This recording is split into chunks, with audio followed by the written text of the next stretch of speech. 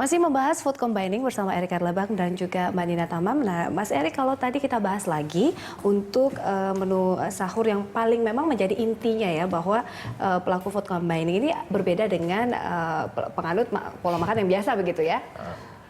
Lebih kepada sisi, kalau tadi kan akhirnya banyak yang bilang bahwa itu hanya berlaku pada sebagian orang, tidak untuk semua orang. Atau ada lagi mengatakan bahwa itu lebih ke masalah psikologis. Sebenarnya tidak gitu. Sebenarnya ini justru karena kita mematuhi siklus tubuh yang terjadi di tubuh, yang sedang ada dalam tubuh kita. Jadi karena siklus tubuhnya dipatuhi, waktu sahur tidak dibebani oleh makanan berat, energi tubuhnya malah bisa terkonsentrasi secara baik. Jadi itu sebabnya kenapa waktu kita melewati hari tersebut tidak merasa lemas, begitu ya? Dan memang sih testimoni itu adalah hal terlemah ya kalau kita bicara tentang masalah ilmiah, testimoni itu. Tapi masalahnya adalah waktu terjadi pada begitu banyak orang, begitu impactnya sangat dahsyat di pelakunya, ya kita tidak bisa lagi mengenyampingkan masalah testimoni ini. Betul.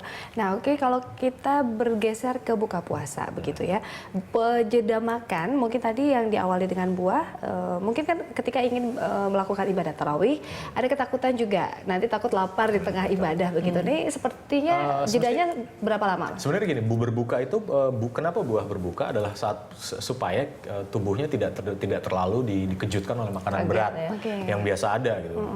Normal kan kalau kita ngeliat orang buka puasa dengan pakai martabak yang dikasih duren misalnya. Ya iya benar, gorengan.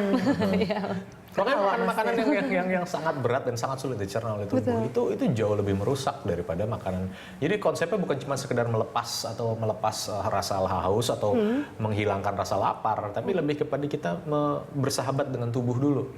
Kita penuhi kebutuhan tubuh dulu. Itu sebabnya buah potong, buah yang di jus, yang dikonsumsi dengan cara benar, dikunyah perlahan, dibiarkan tercampur air liur.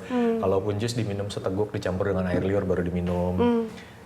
Itu lebih kepada sisi kita memenuhi kebutuhan tubuh, tidak mengejutkan tubuh. Habis itu untuk makanan yang berat biasa kan setelah kita berbuka, di sini fasenya orang yang mengkonsumsi makanan buah segar, makanan tepat, akhirnya dia waktu dia mau mengerjakan ritual yang jauh lebih penting untuk berbuka gitu ya, sekedar berbuka, di mana melakukan sholat maghrib, itu mereka bisa melakukannya dengan tanpa beban gitu.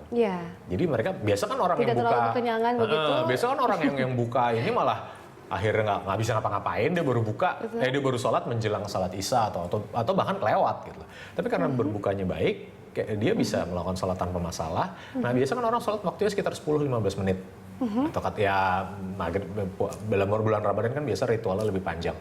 Nah itu waktunya sudah cukup untuk dia mengkonsumsi makanan selanjutnya. Begitu. Itu bisa dilakukan juga. Itu bisa dilakukan juga kalau misalnya kita mau makan di luar. Kalau makan di luar kan aduh ribet atau apa, enggak. Udah aja pesen buah dulu. Makan dulu, sembahyang dulu, balik udah ada main course-nya gitu. Nah Mbak Nina ini kan kalau food combining sudah dilakukan sejak 2008 begitu, pasti ada keinginan untuk menganut pola makan yang biasa juga dalam tanda kutip ini cheating-cheatingnya sedikit gitu ya untuk ke makanan yang tidak memenuhi kaidah food combining. Seperti apa? Atau mungkin polanya menyeimbangkan cheatingnya berapa hari, food combiningnya berapa hari? Saya bilang pola makan food combining dan combining food itu mah ya. Cheating day adalah combining food. Jadi biasanya kalau enaknya food combining ini ya itu tadi dari 7 hari, 5 hari kita bisa strict, 2 hari kita bisa cheating day gitu ya. Tapi kadang-kadang kita suka kebablasan ya, apalagi kalau saya harus keluar kota, ke Makassar nggak mungkin nggak makan coto sama burasnya ya kan, Surabaya nggak makan soto ambengan pakai nasi nggak mungkin gitu. Jadi ketika udah agak kebablasan, itu badan tuh pasti akan teriak, akan kasih sinyal gitu bahwa, woi ini udah lewat nih. Sinyal yang paling utama dominan begitu yang dirasakan paling sariawan. Aku sangat mudah sariawan. Either sariawan atau demam, badannya langsung jadi demam gitu. Kalau udah nggak enak nih gitu. Kalau udah nggak enak, pasti dia ngomong, kamu udah makan apa aja, udah berapa lama cheating? Oh iya. Itu retensi tubuh, itu betul Mas Erik bahwa tubuh juga berteriak dalam tanda kutip bahwa ini yang dilakukan adalah salah? Sebenarnya sih bukan cuma waktu lagi food combining aja, dalam sehari-hari juga kita tubuh sering sekali berteriak. Cuma masalahnya justru teriakan tubuh itu yang kita redam, kita anggap sebagai penyakit. Bukan tidak diindahkan, tapi maksudnya kita redam sebagai sebuah penyakit. Jadi waktu orang mengeluh pusing, waktu orang mengeluh batuk, waktu orang mengeluh demam, gitu. Yang dilakukan adalah alarm tubuhnya yang dimatikan. Jadi minum obat pereda panas, pereda demam, penghilang pusing, obat batuk. Padahal sebenarnya itu adalah alarm-alarm kecil tubuh. Nah, alarm kecil tubuh yang diabaikan lama-lama dia akan berubah menjadi sebuah kondisi di mana tubuhnya benar rusak. Setelah Kalau rumah yang bolak-balik alarmnya nyala, Iya. nggak diindahkan, akhirnya akan ada satu momen di mana rumah itu dihabisi oleh maling, oleh garong kan. Ya sama, tubuh kayak gitu. Dengan analogi sakit begitu, nanti takutnya lebih besar lagi begitu Betul. sakit yang didapat. Nah, kalau kita lihat, nah berkaitan dengan cheating nih Mas Erik, kalau cheating sama nggak polanya dengan Mbak Dina 5 hari 2 hari cheating atau gimana? Sama sih logikanya kurang lebih sama. Tapi kalau Itu lagi Ramadan diperbolehkan gini ya? sih jarang. Ramadan gini malah Lebih strict gitu ya? lebih disiplin. Jadi cheatingnya jarang sekali. Sebelumnya.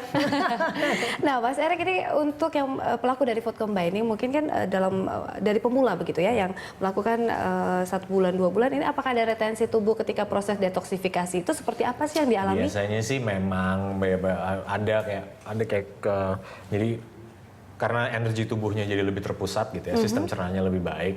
Tubuh jadi punya semacam energi ekstra yang kadang dipergunakan untuk memperbaiki ke metabolisme, memperbaiki kondisi tubuh dengan membuang sisa-sisa tumpukan-tumpukan toksin yang selama ini ada.